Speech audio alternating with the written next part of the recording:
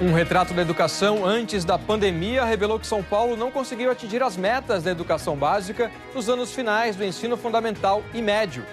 A boa notícia é que o estado conseguiu atingir e até superar a meta de aprendizagem nos primeiros anos do ensino fundamental. Os números do contágio do novo coronavírus em São Paulo. O aumento da testagem, como essa aí, no estacionamento de um shopping na rodovia Raposo Tavares, contribuiu para o avanço da doença ser mais lento. Mas não tem motivo para relaxar na prevenção. O estado de São Paulo ultrapassou hoje os 900 mil casos de coronavírus. Uma demolição sem autorização da prefeitura quase terminou em tragédia na Vila Matilde. O sobrado desabou sobre 3 operários.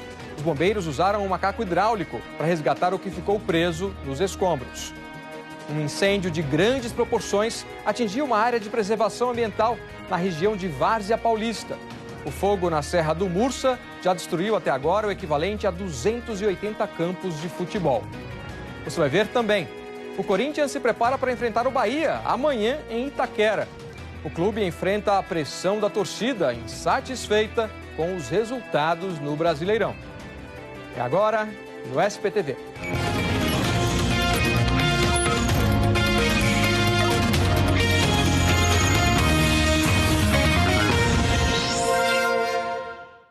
Boa noite, 7h08 agora. Um flagrante de injúria racial virou caso de polícia. Uma auxiliar de serviços gerais foi vítima de insultos quando caminhava numa rua do Jabaquara com o filho.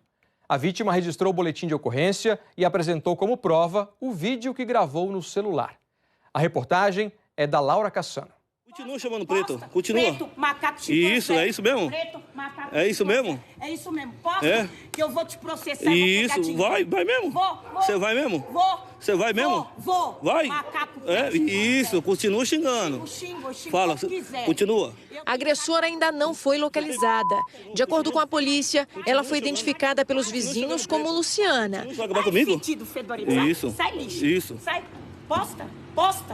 Isso. Preto, macaco, chimpanzé, Isso. tango. É. Posta. Continua falando aí. Filmar os outros sem autorização, eu pego dinheiro. Isso. Lixo, preto, macaco, mesmo? chimpanzé. Sai de perto, você tá fedendo. Tá bom. Posta, macaco preto. No último sábado, o auxiliar de serviços gerais, Leandro, de 39 anos, passeava com o filho de 11 no Jabaquara.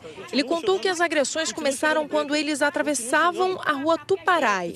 Ela olhou pra minha cara, pediu tipo assim, aí eu olhei pro lado pra ver se tinha alguém, não tinha ninguém. Quando ela chegou mais perto, ela perguntou: o que foi, seu nego nojento, você tá olhando pra mim? Aí eu falei pra ela: por que você tá me ofendendo? Eu não fiz nada com a senhora. O caso foi registrado como injúria racial e o vídeo feito pela vítima foi fundamental. Ele é considerado uma prova lícita e válida das agressões. Mas depois de fazer o boletim de ocorrência, a vítima de um crime desse tipo tem que voltar à delegacia para oferecer uma representação. Só assim ela garante que o caso vai ser investigado e processado. A pena prevista para esse crime vai de 1 a 3 anos de prisão. O que vem a ser o crime de injúria racial? É quando uma pessoa utiliza elementos para ofender o outro e elementos que envolvem a raça, a religião, a etnia, né? Então, o legislador se preocupou muito com isso e trouxe uma pena importante para esse crime de injúria racial. Em outro caso, o agressor virou réu. Na semana passada, Júlio Cocielo, youtuber e influenciador, foi acusado pelo Ministério Público de racismo por mais de 6 anos de postagens feitas em redes sociais. O crime de racismo é imprescritível e prevê pena de 2 a 5 anos de prisão. Ele tem 10 dias para apresentar defesa. Em 2018, ele chegou a pedir desculpas por comentários racistas, citando o jogador da França, Mbappé. Na postagem, ele afirmou que o atleta conseguiria fazer arrastões top na praia. O Leandro também espera por justiça, enquanto tenta se recuperar do trauma. Eu não dormi de sábado para domingo. De domingo para segunda, eu estou trabalhando hoje aqui, tô cansado, porque eu não estou conseguindo dormir mais pensando. E outra coisa, ver meu filho ver aquela situação. Ele vê aquela situação ali, ele vê que o pai dele está sendo xingado daquela maneira, tudo. E tipo, o que está acontecendo? Vou até o fim, para ela pagar, por isso que ela fez comigo, para ela não pagar fazendo com ninguém mais isso aí. É isso mesmo. Absurdos esses casos, né? Nossa produção tentou contato com o youtuber Júlio Cocielo e aguarda retorno. O Superior Tribunal de Justiça decidiu hoje que os 6 policiais militares suspeitos de envolvimento na morte de Davi Nascimento dos Santos devem ir a júri popular. Davi foi visto pela última vez na noite de 24 de abril na comunidade do Areião, na zona oeste da capital. A família conta que ele saiu de casa para buscar um lanche. Uma câmera de segurança gravou o momento em que PMs colocaram Davi no porta-malas de uma viatura. O corpo do rapaz foi encontrado 2 horas depois em Osasco. 6 policiais foram presos e estavam sendo processados na Justiça Militar. Mas no início de agosto, o caso foi para a Justiça Comum. E agora os policiais vão responder por homicídio doloso. A defesa dos PMs alega que eles agiram em legítima defesa. O estado de São Paulo ultrapassou hoje a marca de 900 mil casos de Covid-19. E as mortes provocadas pela doença estão perto de 33 mil. Todos os 645 municípios têm pessoas doentes e 555 registram pelo menos um óbito. Vamos ver aqui os dados atualizados pelo consórcio de veículos de imprensa. Hoje o estado registra 32.963 vidas perdidas para a Covid-19.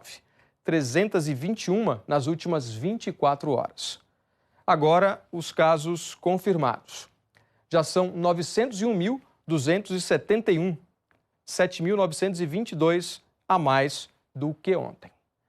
Depois de 11 dias, o número diário de mortes voltou a ficar acima de 200. Já foi bem menos.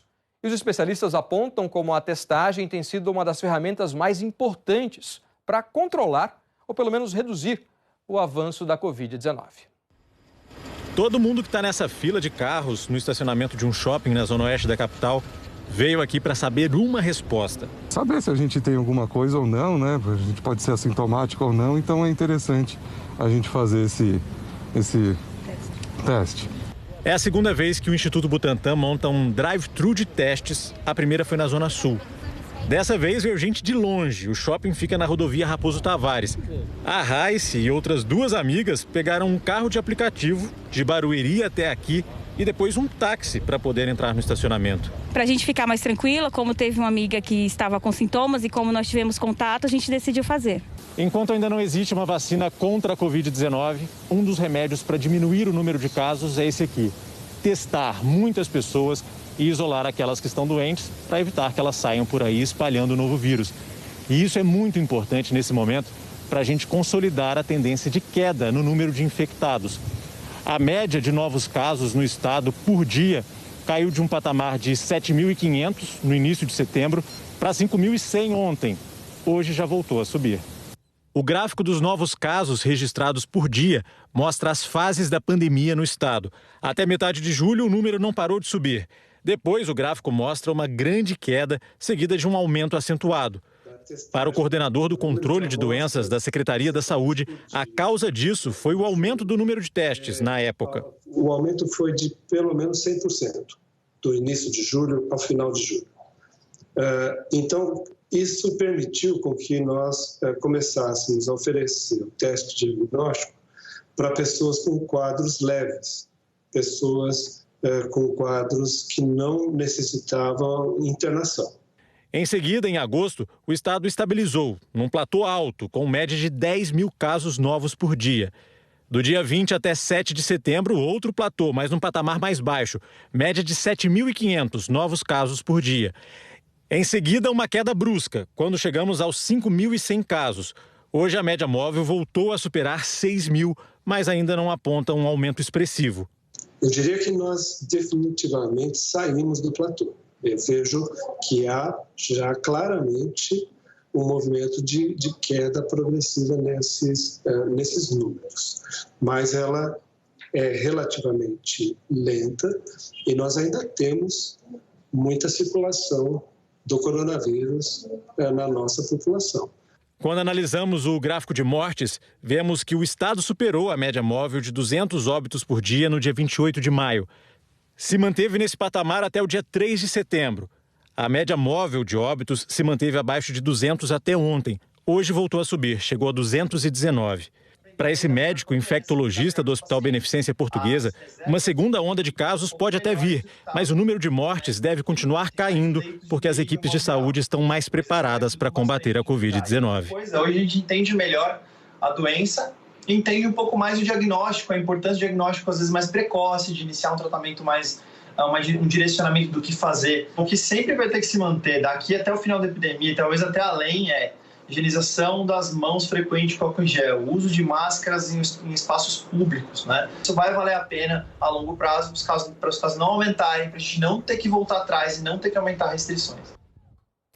Segundo o Dr. Paulo Menezes, do Centro de Controle de Doenças, que a gente viu agora na reportagem, hoje a demanda por testes está abaixo da capacidade da rede de laboratórios. A média está em 9.000 por dia. E olha só, a Anvisa, a Agência Nacional de Vigilância Sanitária, autorizou hoje o recrutamento de mais 5.000 voluntários no Brasil para a fase 3 do estudo clínico da vacina de Oxford contra o novo coronavírus.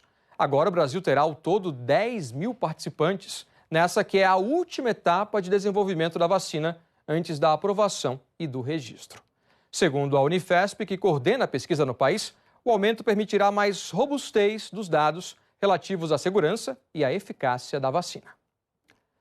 Todas as atrações ao vivo previstas para o Teatro Municipal e para a Praça das Artes estão canceladas até o final deste ano. A decisão, anunciada hoje pelo Instituto Odeon, em acordo com a Fundação Teatro Municipal e a Secretaria de Cultura da capital, foi tomada para proteger os colaboradores e artistas da casa e evitar o contágio pelo novo coronavírus. Todas as óperas estão oficialmente canceladas, bem como a temporada do Balé da Cidade e os concertos da Orquestra Sinfônica Municipal, da Orquestra Experimental de Repertório, do Coral Paulistano, do Coro Lírico e do Quarteto de Cordas. O valor dos ingressos, já adquiridos, será reembolsado. 3 operários ficaram feridos no desabamento de um sobrado na Vila Matilde, zona leste da capital. Eles estavam demolindo a velha estrutura para erguer um prédio, sem autorização da prefeitura. Peritos do Instituto de Criminalística e fiscais do Conselho Regional de Engenharia estiveram no canteiro de obras agora à tarde. Eles fizeram anotações e fotografaram a montanha de entulho que se espalhou pelo terreno na Vila Matilde, zona leste da capital. Pouco antes das 10 da manhã, 2 lajes desse sobrado inacabado, que começou a ser demolido na semana passada para a construção de um prédio residencial, vieram abaixo. 5 operários estavam no canteiro de obras no momento do acidente. 2 conseguiram escapar. Dessa varanda onde nós estamos, que fica vizinha ao canteiro de obras, a gente tem uma ideia da gravidade desse acidente. Quem viu como tudo aconteceu conta que o desabamento começou naquele ponto, na parte da frente do sobrado, e que alguns segundos depois, esse outro pedaço de laje também veio abaixo. Era justamente ali onde a gente vê essa escada que os 3 operários trabalhavam. O Álvaro estava na garagem de casa e ouviu um pedido de socorro. Quando eu escutei o grito de socorro, eu vim até aqui à frente ver o que tinha acontecido. Eu vi uma pessoa pulando, pedindo socorro. Aí eu voltei a pegar meu celular e ligar para o bombeiro. O Fábio trabalha a poucos metros dali e também correu para ajudar. Chegamos lá, uns se arrastando, saindo da obra.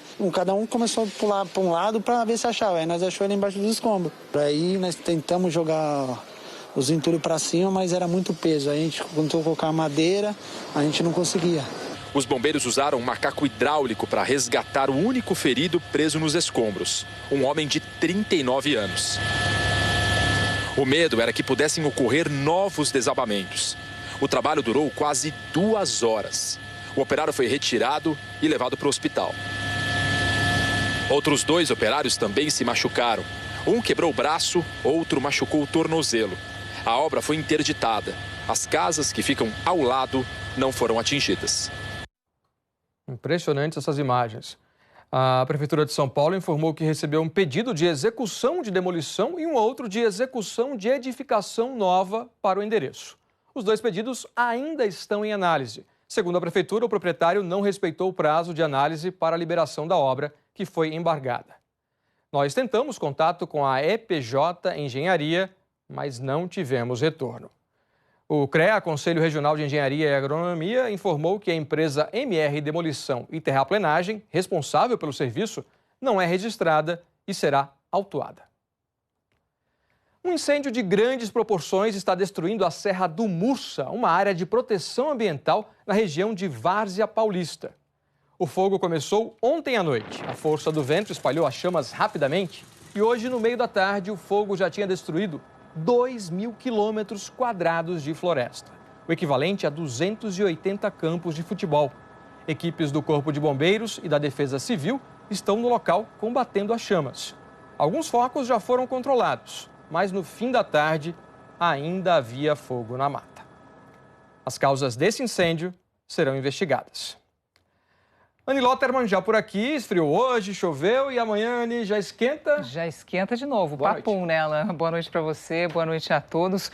Hoje, gente, a máxima em São Paulo foi de 21,9 graus. Há 20 dias não tínhamos uma temperatura tão baixa. E essa já é uma característica da primavera que começa daqui a uma semana, tá, Alan? Altos e baixos. Exatamente, um dia com uma temperatura alta, no dia seguinte com uma temperatura bem baixa e amanhã o dia começa nublado, com umidade alta e friozinho de 14 graus. Haja resistência. Mas, exatamente. Olha só, depois as nuvens desaparecem, o sol esquenta, a temperatura vai subir 18 graus até o meio da tarde e a máxima, então, deve chegar aos 32. Ou seja, 22 hoje, 32 amanhã. Um aumento de 10 graus de um dia para o outro, né, Alan? Ontem teve um chuvisquinho, né? Agora quando é que a gente vai ter uma chuva boa mesmo? Uma chuva boa, encorpada, né? Ainda essa semana, tá, Alan? Olha só, gente, esse mapa mostra onde vai chover até domingo.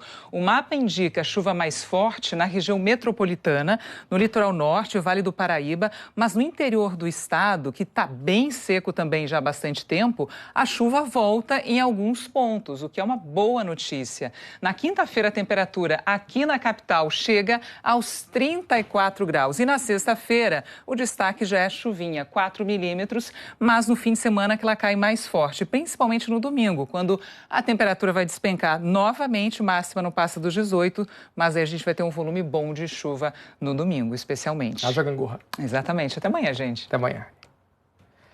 As polícias federal e ambiental e o IBAMA fizeram uma operação hoje contra o tráfico internacional de marfim, extraído das presas dos elefantes e vendido ilegalmente como obras de arte.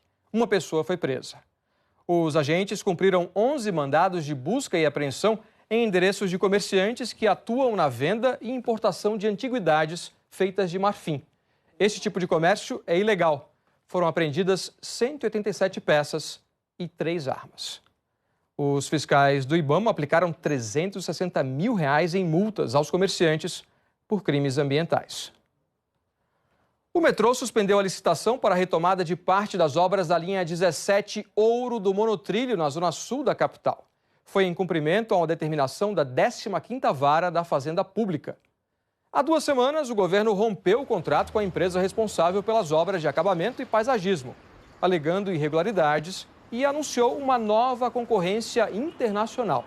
A empresa afastada acionou a justiça, que mandou suspender a nova licitação. O edital estaria disponível a partir de hoje. A linha 17 Ouro teria inicialmente 19 estações e seria entregue para a Copa do Mundo de 2014. O problema não é só o atraso de 6 anos. O número de estações inicialmente previsto para a linha 17 Ouro caiu para 8. E o orçamento aumentou. Passou de 3 bilhões e 200 milhões de reais para 4 bilhões e 400. Agora, sem previsão para ficar pronta. O metrô informou que recorreu da decisão judicial que suspendeu a licitação para a retomada das obras. Eleições 2020. O Avante oficializou ontem o apoio à candidatura do ex-governador Márcio França, do Partido Socialista Brasileiro, à Prefeitura de São Paulo. O Avante também anunciou que terá 83 candidatos a vereador. Veja a seguir, o presidente do Corinthians fala pela primeira vez sobre a demissão do técnico e as ameaças sofridas pelos jogadores. E ainda a alta nos preços dos produtos da cesta básica. Roberto Paiva. O Procon de São Paulo notificou 87 supermercados que terão que dar explicações sobre esses aumentos, Alan. Vamos ver agora o trânsito ao vivo, Avenida Aricanduva, com trânsito bastante complicado, sentido marginal e também no sentido bairro. Agora são 7h27, SP2 volta já. SP2 de volta. São Paulo não conseguiu bater as metas do IDEB, o Índice de Desenvolvimento da Educação Básica, nos anos finais do ensino fundamental e também no ensino médio. A boa notícia é que, a exemplo de anos anteriores, o Estado conseguiu atingir e até ultrapassar a expectativa nos primeiros anos do ensino fundamental. Os números calculados a cada 2 anos servem como referência para os gestores planejarem e melhorarem a educação. Isoladamente, algumas escolas conseguiram resultados excelentes. Vamos conferir aqui no nosso telão que escolas são essas. A nota média do ensino médio das escolas públicas foi de 4,3. Mas essas escolas técnicas de Bauru, Caraguatatuba e Fernandópolis superaram a marca, olha só, dos 7 pontos. Essas foram as 3 mais bem colocadas de todo o estado de São Paulo na avaliação do ensino. Agora vamos dar uma olhada na capital. Na capital, as 3 escolas públicas de ensino médio com melhores avaliações do IDEB são todas ETECs, escolas técnicas estaduais.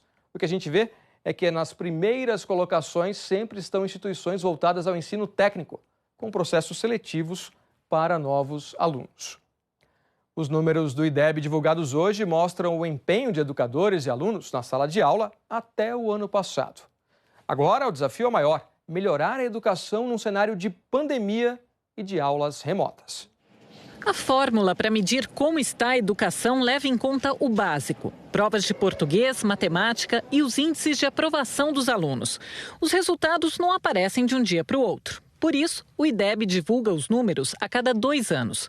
Foi tempo suficiente para a qualidade do ensino na escola onde a Kelly é diretora melhorar muito.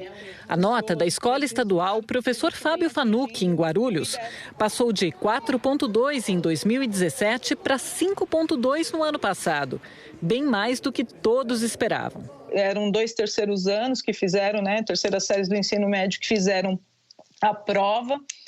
E eles, teoricamente, falaram, a prova foi fácil, E a gente se assustou com o nível de que eles falaram que a prova foi fácil. A escola da Kelly ajudou a subir a nota final do estado de São Paulo no ano passado. A nota em 2019 ficou melhor do que a de 2017. Passou de 3,8 para 4,3. São Paulo continua na 5ª posição no ranking de todo o país. Só que em 2015 o estado ocupava o 1º lugar e ainda falta cumprir algumas metas. Em 2019, os alunos mais velhos foram os que ficaram mais para trás. Nos primeiros anos do ensino fundamental, a rede pública de São Paulo está na direção certa. Até a 5ª série, o índice ficou no mesmo patamar de 2017, 6,5. É mais do que o que foi estabelecido para 2019, 6,3. Já do 6º ao 9º ano, a nota subiu. Passou de 4,9 em 2017 para 5,2 no ano passado. Mas a meta era 5,6.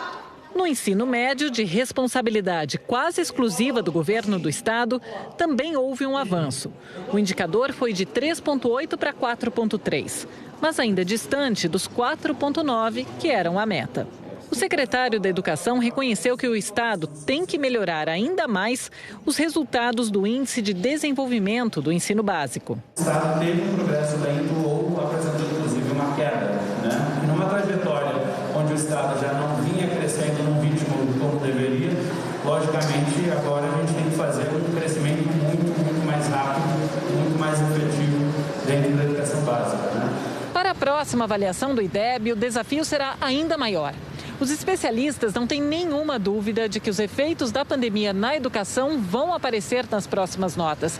E chegar às metas estabelecidas para o ensino será bem difícil, tanto pelas lacunas no aprendizado quanto pela evasão escolar. IDEB é aprendizagem e fluxo escolar, se os alunos estão sendo aprovados, se eles seguem na escola. E a chance de a gente aumentar muito o abandono e a evasão com esse contato menor dos alunos com a escola é muito grande.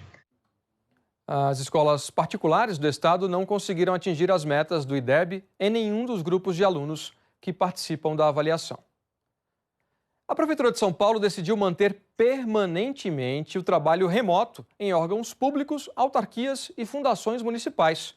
No texto publicado hoje no Diário Oficial, a Prefeitura destaca que houve aumento da produtividade, melhoria na prestação dos serviços e ganhos ambientais durante esses meses de quarentena e que pretende fazer economia com o trabalho remoto.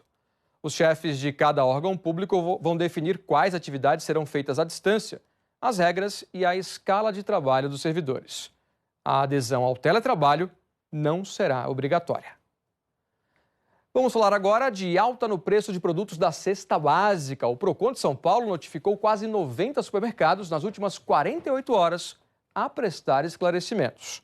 O repórter Roberto Paiva tem as informações ao vivo. Boa noite, Paiva. Boa noite, Alan. Boa noite a todos. O Procon já fiscalizou 27 supermercados aqui na capital e outros 60 no interior do estado. Todos foram notificados e terão que prestar esclarecimentos. Essa operação Preço nas Alturas quer saber exatamente se os aumentos nos preços dos itens da cesta básica ocorreram sem justificativa. E aí, nesse caso, o Procon está indo, os fiscais, inclusive, indo no supermercado e eles pedem a nota fiscal dos produtos. Querem saber exatamente quanto o supermercado pagou por aquele produto e aí o fiscal compara com o preço que é oferecido para o consumidor. Se houve ali um grande lucro, o Procon entende que pode estar ocorrendo uma prática abusiva. Olha só os maiores preços encontrados até agora. R$ 27,90 para o pacote de arroz de 5 quilos, R$ 7,73 no caso do óleo de soja e quase R$ 65 no quilo do contrafilé. O Procon disse que vai continuar com a operação. Alan. Obrigado, Paiva. Boa noite para você. A APAS, Associação Paulista de Supermercados, informou que o setor foi o primeiro a manifestar preocupação com a alta nos preços repassados por produtores de alguns alimentos e que tem pedido aos supermercados que negociem com fornecedores para evitar uma escalada ainda maior nos preços. Futebol. O Corinthians se prepara para voltar a campo amanhã pelo Brasileirão contra o Bahia em Itaquera. Hoje o presidente do clube se manifestou sobre a busca de um novo técnico e as ameaças sofridas pelos jogadores no fim de semana. Quando as coisas não vão bem, até coletiva de imprensa virtual dá problema. Boa tarde, Andrés. Boa tarde a... Travou, tô só te ouvindo. A gente teve uma queda de sinal, eu vou pedir pro... janela agora. Que fase, hein? A fase não é boa mesmo. O Corinthians só não tá na zona do rebaixamento por causa dos critérios de desempate. E as ameaças que os jogadores sofreram no domingo à noite, no desembarque do time, atrapalham ainda mais. No Corinthians ser sempre é cobrado, agora ser pressionado, ser intimidado, ser ameaçado, isso não faz parte da torcida do Corinthians, infelizmente. Fazia já anos que não acontecia isso. Para falar a verdade, foi uma emboscada. Obviamente que os jogadores estão muito assustados, muito tristes, eu também. Além disso, o Corinthians segue sem treinador desde a demissão de Thiago Nunes na semana passada. O presidente do clube, André Sanches, já sabe o perfil de técnico que ele quer. De preferência brasileiro e experiente. Estamos trabalhando em cima disso, com quanto mais experiência, melhor. Mas e ter sorte, que o treinador venha com sorte, né? Porque se não tiver sorte, infelizmente, nada vai para frente. Mas por enquanto, não tem data para isso acontecer. Se eu falar que é amanhã e não for amanhã, vocês me criticam. Se eu falar que daqui uma semana e for 3 dias antes, vocês criticam. Então, não sei. O quanto antes possível. Enquanto isso, o técnico interino Diego Coelho tem 7 desfalques para o jogo de amanhã contra o Bahia. Mais um obstáculo nessa fase ruim. Que fase, hein?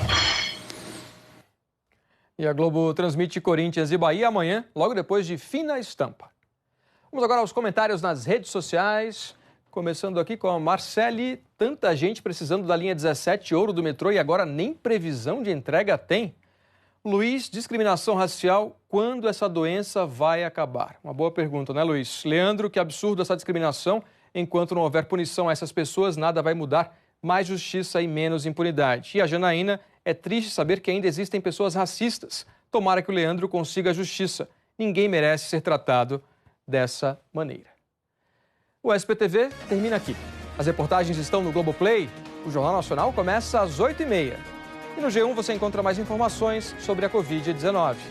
Uma boa noite para você e até amanhã.